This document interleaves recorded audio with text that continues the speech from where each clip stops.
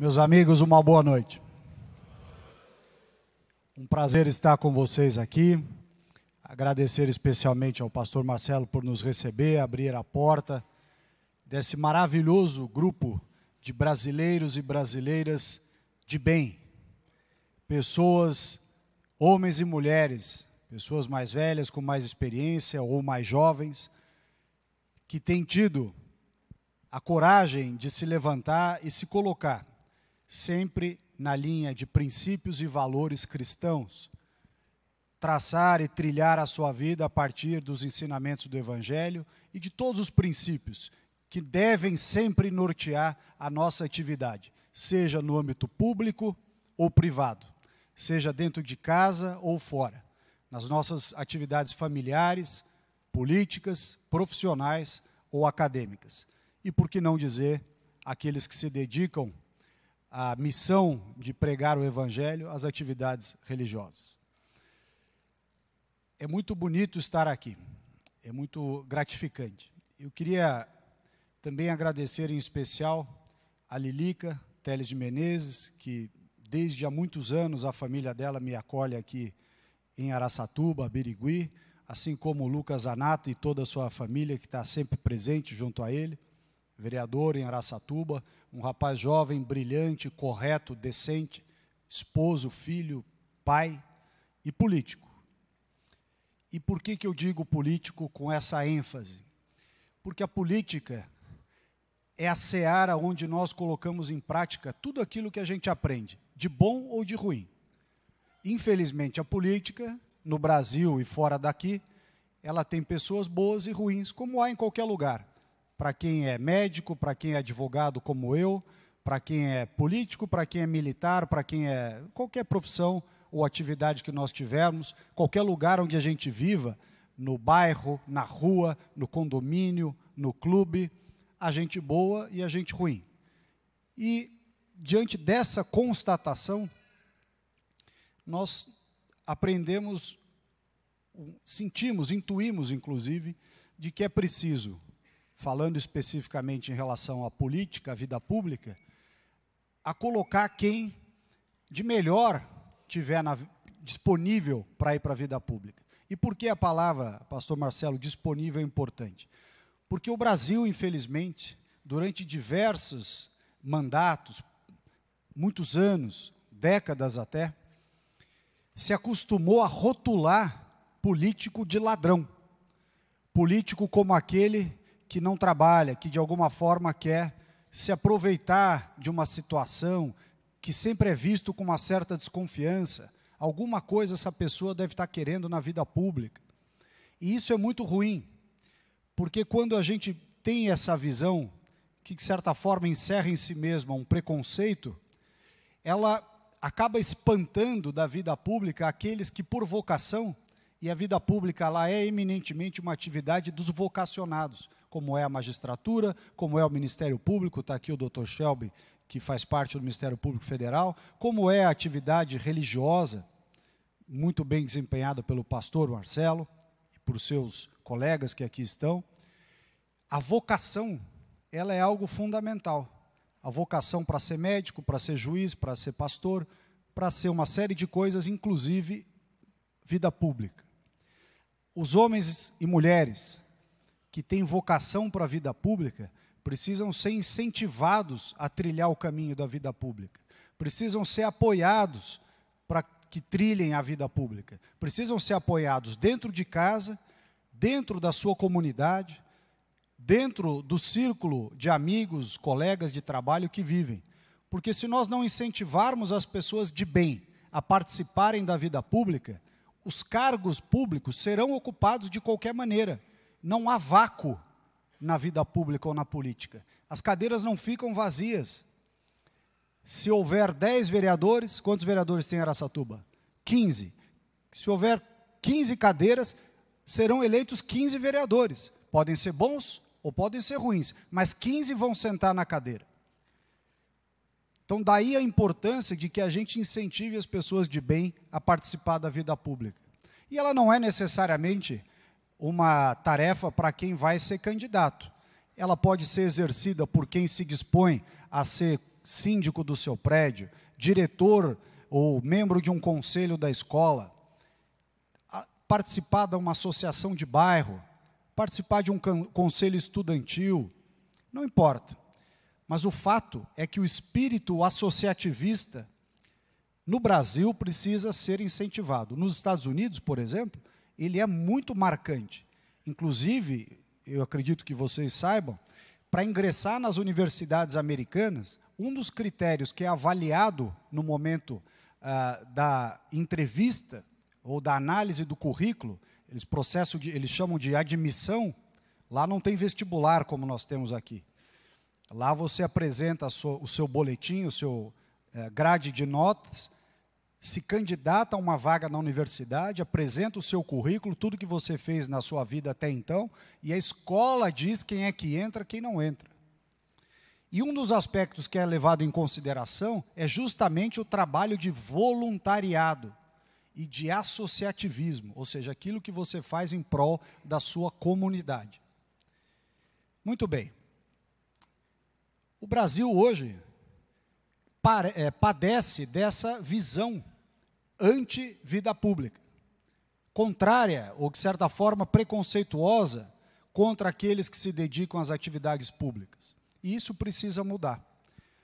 Eu tenho 46 anos, faço 47 na semana que vem, dia 8 de junho, e desde 2006, portanto, há 16 anos atrás, eu tinha 31 anos de idade, fundei com um grupo de amigos de diferentes profissões, fundamos uma entidade chamada Movimento Endireita Brasil. E o que é o Movimento Endireita Brasil, que já tem 16 anos? Ele é uma entidade, é uma associação formal, com CNPJ, com estatuto, tudo. Ao contrário do MST, que se esconde atrás de um nome fantasia para não ser responsabilizado pelas suas coisas, nós fizemos questão de formalizar a entidade Movimento Endireita Brasil. Justamente para servir como uma espécie de ponte de acesso de pessoas, homens e mulheres, como cada um de nós e de vocês aqui, para ingressarem de alguma maneira na vida pública, em cargos eletivos ou não, não importa. Trabalhar numa secretaria, num ministério, enfim. Porque nós entendemos, desde lá de trás, justamente que essa necessidade de participar, de se interar, de interagir na vida pública, ela é fundamental. Há uma frase do Platão, que algumas pessoas traduzem com palavras diferentes, nós utilizamos a tradução, está lá no Estatuto como corolário das nossas atividades do Movimento Endireita Brasil, que é uma frase do Platão que diz o seguinte: o castigo que os bons sofrem quando se recusam a tomar parte do governo é serem governados pelos maus. E é exatamente o que acontece. Quando a gente se omite, quando a gente não se apresenta para aquilo que é, muitas vezes, um encargo, uma coisa difícil, é sacrificante. Se você for sério, decente, correto, não tem como não ser sacrificante. Você trabalhar em prol do interesse coletivo, às vezes não ganhando nada, muitas vezes ganhando pouco, criando um monte de inimizades, porque quando você se posiciona, e é importante que as pessoas tenham posições, você, de certa forma, desagrada aqueles que esperavam de você ou uma outra posição, ou que você concordasse com tudo. O Brasil, infelizmente, padece também de um outro problema, que é esse sentimento, esse patrulhamento ideológico que impõe a todos nós uma espécie de politicamente correto. Só que o politicamente correto que nos é imposto sempre pelos progressistas, por aqueles que são a favor, por exemplo, da liberação das drogas, ou das teorias de gênero, das filosofias de gênero, de liberação de sexo, de uma série de coisas, né, contrárias à visão conservadora. Eles conseguiram, através da visão gramsciana, do Gramsci, ocupar durante muitos anos, já há muitos anos, posições importantes na sociedade, na academia, nas universidades, escolas, no jornalismo, na política, no judiciário, no Ministério Público, em vários lugares. E essas pessoas carregam consigo esses valores progressistas, ou essa ausência de valores que lhes fazem progressistas e anti-família, anti-ensinamentos dos mais importantes princípios conservadores, visões cristãs como as que nós temos, e eles não se constrangem em nada em fazer avançar essa agenda a todo momento, em todos os lugares. Você vê isso no cinema, no teatro, nos jornais, nas escolas, nas universidades e tudo isso. O Movimento Endireita Brasil que nós criamos, ele tinha esse objetivo e segue coerentemente trabalhando desde então. Trazer pessoas da vida pública para participar, pessoas do setor privado, da vida privada, para participarem da vida pública. Em cargos eletivos ou não, não importa. Mas incentivar isso, facilitar isso. Nessa mesma visão, eu fui candidato, era muito novo, tinha 31 anos, fui candidato a deputado federal em 2006, pelo então PFL, que depois virou DEM e agora virou União Brasil. Mas, enfim, lá atrás o PFL era o único partido que pelo menos tinha a palavra liberal, que é a visão econômica com a qual eu me alinho, no nome. E eu fui candidato a deputado federal, sabia que não tinha a menor chance, mas fui candidato com um lema, que era por uma nova direita. E nós concebemos a visão de direita como é a visão de direita dos conservadores fora do Brasil. Os conservadores fora do Brasil fizeram grandes trabalhos na vida pública. Se nós olharmos as pautas do Winston Churchill, quando foi primeiro-ministro britânico, em plena Segunda Guerra Mundial, o Ronald Reagan, que levantou os Estados Unidos nos anos 80, a Margaret Thatcher, que fez o mesmo trabalho na Inglaterra. A visão aqui no Brasil, liberal, conservadora, tinha, na parte econômica, o professor Roberto Campos, avô do atual presidente do Banco Central, e assim vai. Fui candidato, tive lá minha votação, 10 mil votos, não me elegi, mas continuei com a minha vida normalmente. Essa é uma outra coisa importante. Quem participa da vida pública precisa arranjar uma maneira de manter a sua atividade profissional de alguma forma, ou pelo menos as suas opções de retornar à vida profissional de alguma forma, para você não ser obrigado a ficar na vida pública. Aquelas pessoas que fazem de tudo para serem eleitas ou arranjarem um cargo. Esse é metade do caminho para fazer coisa errada. Quando a pessoa precisa estar no cargo público. Aí a pessoa faz de tudo para não perder aquele cargo ou para conseguir aquele cargo. Então, também recomendo que quem for para a vida pública tente manter a sua atividade profissional, a sua profissão, enfim, como forma de ter sempre a opção de não ser eleito. Eu fiz campanha, como disse aqui, em 2006, tranquilo, defendendo princípios e valores pelos quais eu sempre lutei e não abro mão. Fui eleito, ótimo, não fui, continuo na minha vida profissional de advogado, casado, pai de 2 filhos, etc. Bom, não fui eleito, tocamos o Movimento Endireita Brasil. E fomos chamados nos Estados Unidos para um movimento, um grupo chamado The Leadership Institute. Os americanos ficaram impressionados com a campanha que nós tínhamos feito em 2006. Só princípios e valores, só voto de opinião, nada de curral eleitoral, nada de dar dinheiro para A, para B, nada. Só princípios e valores.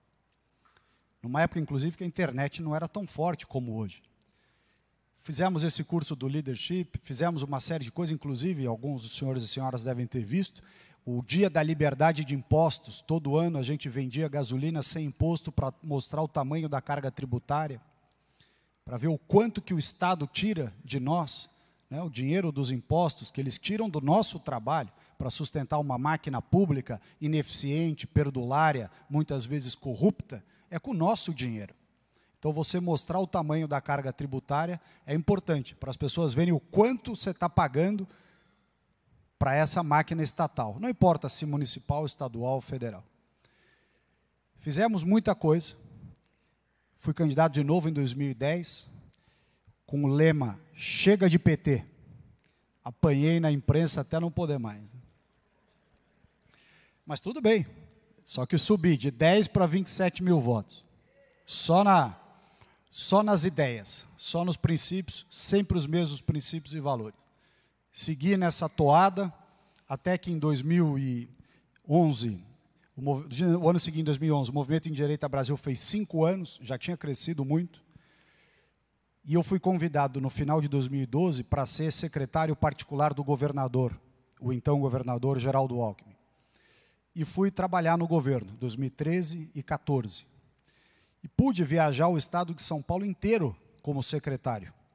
E ver o que a máquina pública é por dentro, conhecer as coisas, realmente ver como é que a política dentro do Poder Executivo Estadual acontece.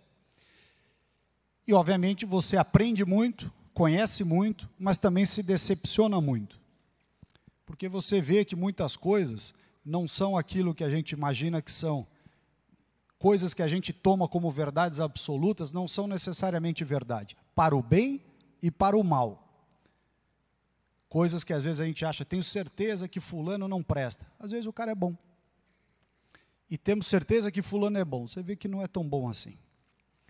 Você vê que certas políticas são feitas, a gente olha de fora essa visão de governo, fala governo, super, deve ser os estudos do governo, você vai ver que não tem estudo nenhum.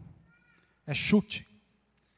E outras políticas são feitas adequadamente. Mas, um grande aprendizado, portanto, eu recomendo que as pessoas participem da vida pública.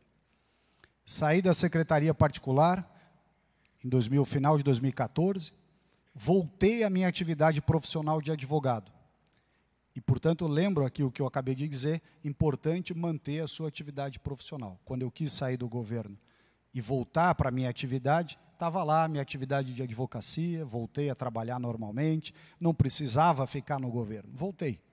Fiquei 1 ano e meio como advogado, fui convidado novamente pelo governador Geraldo Alckmin a ser secretário de Meio Ambiente do Estado de São Paulo.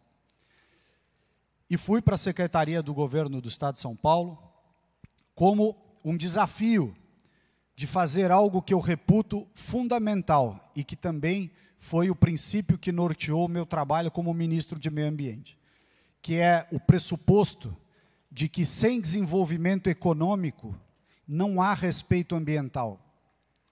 Se você não criar mecanismos para que haja uma prosperidade econômica, para que as pessoas melhorem de vida, para que as pessoas tenham renda, para que as pessoas tenham dignidade com o seu trabalho, com a sua função, o meio ambiente será a última coisa com a qual elas se preocupam. E se as políticas públicas, por sua vez, não facilitarem o empreendedorismo, o trabalho, a livre iniciativa, o desenvolvimento econômico, eles também vão prejudicar o meio ambiente. E eu cito aqui um exemplo muito simples de entender o que eu estou falando.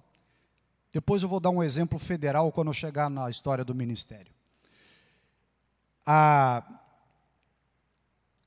São Paulo tem a lei dos mananciais, que regula como você ocupa os mananciais. Na cidade de São Paulo, nós temos 2 áreas muito conhecidas, a Billings, a represa Billings, e a Guarapiranga, que quando você vê as fotografias nos jornais, para quem conhece pessoalmente ou só vê nos jornais, aquele monte de ocupação irregular, bem na beira dessas represas, ocupações irregulares, completamente irregulares, que não tem saneamento, não tem asfalto, que não tem vegetação, que estão construídas na beira da água. O que é aquilo? É uma legislação que foi criada de tal forma restritiva que desencoraja o proprietário da área a tomar conta. Porque você tem um terreno ali, você é o dono de uma área lá, o terreno não vale nada, porque você não pode incorporar, porque a lei não deixa. Se o terreno não tem valor econômico, você não cuida. Ao não cuidar, ele é invadido por esses movimentos de bolos, esses invasores aí, MTST, que é o MST das cidades, bando de desocupados, criminosos, que manipulam os pobres, usam os coitados como massa de manobra para invadir essas áreas. E aí vem políticos oportunistas e falam, não, pode invadir que depois nós vamos regularizar. Mas por que essas áreas acabam ficando desconsideradas? Porque elas não têm valor econômico. E não têm valor econômico porque a regra que foi feita é tão irracional que faz com que a área não tenha valor. Se não tem valor, o dono não cuida. Se o dono não cuida, a turma invade. E aí, quando a turma invade, vem a repórter, vem dizer, tem que desocupar. O problema não está na ocupação só. O problema está na norma que criou isso. Bom, fizemos um trabalho grande na Secretaria de Meio Ambiente, combatendo, um dos assuntos talvez mais marcantes, foi o combate aos lixões no estado de São Paulo. São Paulo tem 645 municípios, eu conheço cerca de 450, como já falei, e nunca havia sido feito um levantamento sobre o estado em que se encontravam os aterros sanitários desses 645 municípios. Nós fizemos um levantamento da CETESB, simultâneo, pela primeira vez na história do estado de São Paulo, tivemos um relatório sobre a situação do lixo nos 645 municípios. E qual não foi a minha surpresa de constatar que o estado mais rico da federação tinha 112 lixões dos 645 municípios. Lixões, como há, inclusive, em Araçatuba. Bom, fizemos um movimento de fiscalização, multa, interdição, mas, ao mesmo tempo, equipamentos, financiamento, organização de consórcio, enfim, com uma mão você fiscaliza, com a outra você ajuda. Mas nós fomos muito duros com os prefeitos. Vocês não vão ficar fazendo festa disso, show de Daniela Mercury, um monte de porcariada com dinheiro público e deixar o lixão para trás, porque o lixão para trás é saúde da sociedade, é contaminação do solo, contaminação da água. Vai arrumar, por bem ou por mal, mas vai arrumar. E nós conseguimos, com essa política, baixar de 112 para 9, dentro de um programa que eu chamei de lixão zero. Só não chegou a zero porque, infelizmente, o governo do estado de São Paulo, naquele momento, sofreu tanta pressão de prefeitos e deputados estaduais que estavam mais preocupados com seus compromissos políticos, com a região e etc., com a politicagem no sentido negativo da palavra, e nos pressionaram a parar o programa Lixão Zero. Quando eu recebi essa pressão, falei, estou fora, e saí da secretaria. Mas, enfim, saí da secretaria, sempre com essa minha atividade profissional, voltei para a advocacia, sem nenhum problema, e fui candidato novamente em 2018. Mesmos princípios, mesmos valores, campanha feita com base em ideias e valores, etc. Só que naquele momento já tinha uma série de pessoas que conheciam o trabalho que eu tinha feito como secretário, as 2 vezes, como candidato, e subi para 37 mil votos. Fiquei na primeira suplência, hoje eu sou o primeiro suplente de deputado federal, só cometi o erro de ser candidato pelo Partido Novo, podia ter sido do presidente Bolsonaro, mas enfim. Se fosse do Bolsonaro, eu tinha entrado com muito mais votos. Mas Deus faz a gente trilhar o caminho certo, apesar dos contratempos. E 1 mês depois que a eleição que eu fiquei como suplente, primeiro suplente, sou até hoje, o presidente Bolsonaro me chamou para ser ministro do Meio Ambiente. E por que ele me chamou? Porque várias entidades do estado de São Paulo disseram, olha, presidente, a única pessoa que nós conhecemos que tem a coragem, a determinação e a capacidade técnica para fazer o que o senhor quer que faça na área ambiental, que é colocar justamente as pessoas no centro da preocupação, o desenvolvimento econômico junto com o cuidado ambiental e o casamento entre agricultura e meio ambiente, que são naturalmente harmônicos, são naturalmente coadjuvantes um do outro. Essa dicotomia de meio ambiente e agricultura não existe. Quem faz essa dicotomia de esquerda, de meio ambiente e agricultura é a esquerda, que gosta desse conflito. E o presidente me confiou o Ministério do Meio Ambiente. Eu tive a alegria de ser um do primeiro grupo de ministros que, junto com o Bolsonaro, chegou em Brasília no dia 1º de janeiro de 2019. Ministros escolhidos pelo critério técnico, ministros escolhidos pela sua visão, pela sua coerência, pelo seu comprometimento com os valores defendidos durante a campanha de 2018. E o que nós encontramos, e aqui talvez venha a parte mais importante de tudo que eu falei até agora.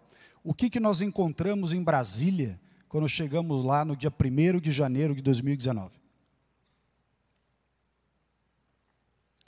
Encontramos um país destruído pela esquerda, pela visão progressista, libertária, na pior sentido da palavra, corrupta, ideologicamente enviesada para a esquerda, um Estado aparelhado pelo que há de pior na visão político-ideológica do planeta, que é aquela visão estilo Cuba, estilo Venezuela, estilo que acontece hoje na Argentina e que está acontecendo também no Chile.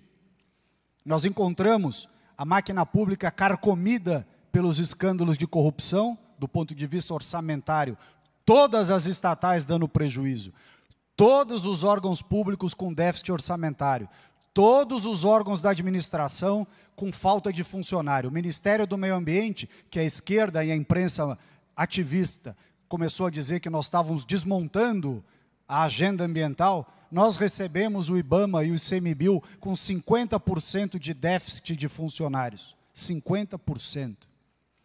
Com 30% de falta de orçamento. O orçamento era 100, tinha 70 de recursos só. Nós é que recebemos uma máquina destruída. Mas pior do que destruída administrativamente, nós recebemos uma máquina pública aparelhada, completamente aparelhada depois de 22 anos de esquerda no poder.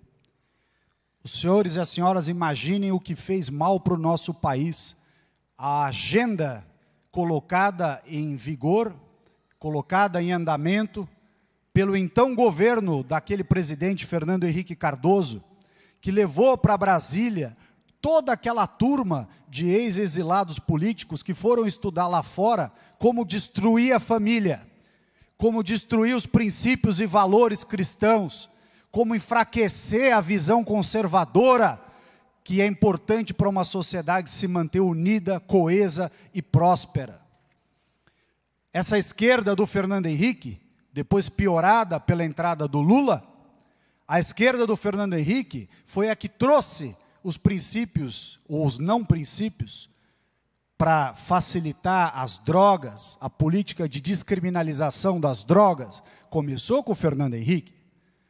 A política de dar dinheiro ao rodos para o MST começou com o Fernando Henrique. A política de demarcar terras produtivas, como terras indígenas, onde não tinha índio, como as terras de quilombolas, onde não tinha quilombo, de aparelhamento da esquerda em cima das universidades, com professores, ativistas, drogados, maconheiros, está cheio por aí. Isso começou no governo Fernando Henrique. A política contra a legítima defesa, que não quer que o cidadão tenha meios de se defender, a política que criminaliza a polícia, mas vitimiza o bandido, que fez as regras de execução penal, em que bandido tem direito à visita íntima na cadeia. Onde já se viu isso? Que ele sai no dia dos pais, no dia das mães, quem matou a mãe, nós vimos lá Richthofen saindo no dia das mães. Progressão de pena, a pessoa é condenada a 20 anos, fica a 5. E por aí vai. Nós vimos a esquerda destruir o nosso país por ausência absoluta de pessoas de direita, liberais no sentido econômico, conservadores nos princípios, que tivessem a firmeza de propósitos, o conhecimento técnico e a coragem política de se opor a isso nos 8 anos de Fernando Henrique, 8 anos do Lula e 6 anos da Dilma. Eles destruíram o nosso Brasil. Mas aí eu não me refiro só ao roubo, à corrupção, às estatais que todas foram saqueadas, aos bancos públicos, aos fundos de pensão. Eu não estou me referindo só à parte monetária do que eles fizeram no nosso país. Eu estou me referindo especialmente ao que eles fizeram com os nossos jovens nas suas cabeças, no seu espírito, na sua visão de mundo. Esse foi o maior dano que a esquerda fez ao nosso país. A destruição de princípios e valores cristãos e conservadores. A colocação de uma visão equivocada na cabeça dos homens e das mulheres, dos jovens, do desrespeito aos idosos, da imoralidade em programas de televisão, em teatro, em literatura. A política que quis liberar e liberou o uso de drogas, que hoje você vê pessoas fumando maconha na rua como se não fosse nada. O consumo de crack no Brasil explodindo, porque a polícia não pode agir, quando age é recriminada, dizendo que o uso de droga é liberdade individual. Onde já se viu isso? O Brasil está sendo vítima de todas as teses acadêmicas e de laboratório que a esquerda discutiu lá na Europa quando estava exilada e que quando voltou para o Brasil colocou em prática. Nós somos o laboratório que a esquerda está usando para colocar toda essa visão progressista em marcha. E isso vai destruir o nosso país se nós não dermos um basta. Esse basta começou em 2018, com a eleição do presidente Bolsonaro. Mas ele ainda não foi suficiente.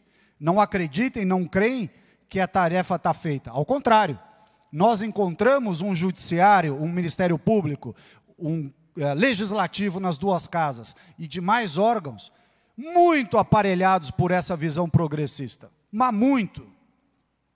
E, consequentemente, muita coisa que nós quisemos fazer nesses 3 anos e meio não foram possíveis. Tentamos algumas, não deram certo. Não conseguimos nem tentar outras nós tentamos e tivemos que mudar o caminho, porque não era bem assim, mas o fato é que o Congresso, os órgãos, as pessoas refletem, infelizmente, essa degradação moral, ética e principiológica, cujos valores vêm sendo destruídos e enfraquecidos dia a dia por essa esquerda que está nas universidades, nas escolas, na mídia, na cultura e em vários lugares. Qual é o grande medo desses progressistas da esquerda? São as igrejas, é a religião, são aqueles que frequentam, cada um na sua religião, mas aqueles que frequentam os cultos, as missas, as reuniões como essa que nós estamos tendo aqui, e que são uma barreira firme, intransponível a essa visão de destruição da nossa sociedade, que eles dia após dia se esforçam para fazer. Daí, meus senhores, minhas senhoras, a importância da participação, da preparação, da consciência de cada um de vocês do papel que tem na sociedade.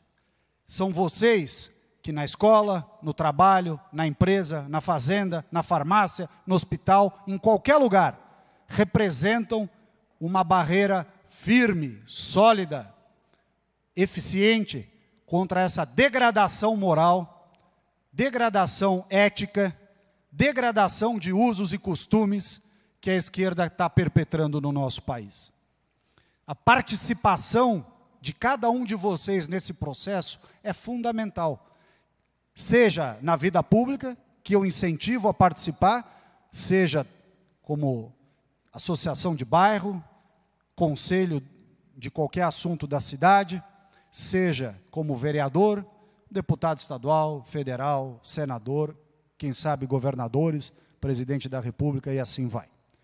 Mas a participação e a noção exata de quais são os valores e princípios pelos quais os senhores e as senhoras vão lutar nesta vida pública, esta visão de coerência de princípios e valores, determinação, confiança e coerência, essa é a equação que vai fazer com que a gente vença os corruptos, os esquerdistas, os progressistas. Vai fazer com que o bem vença o mal. Muito obrigado.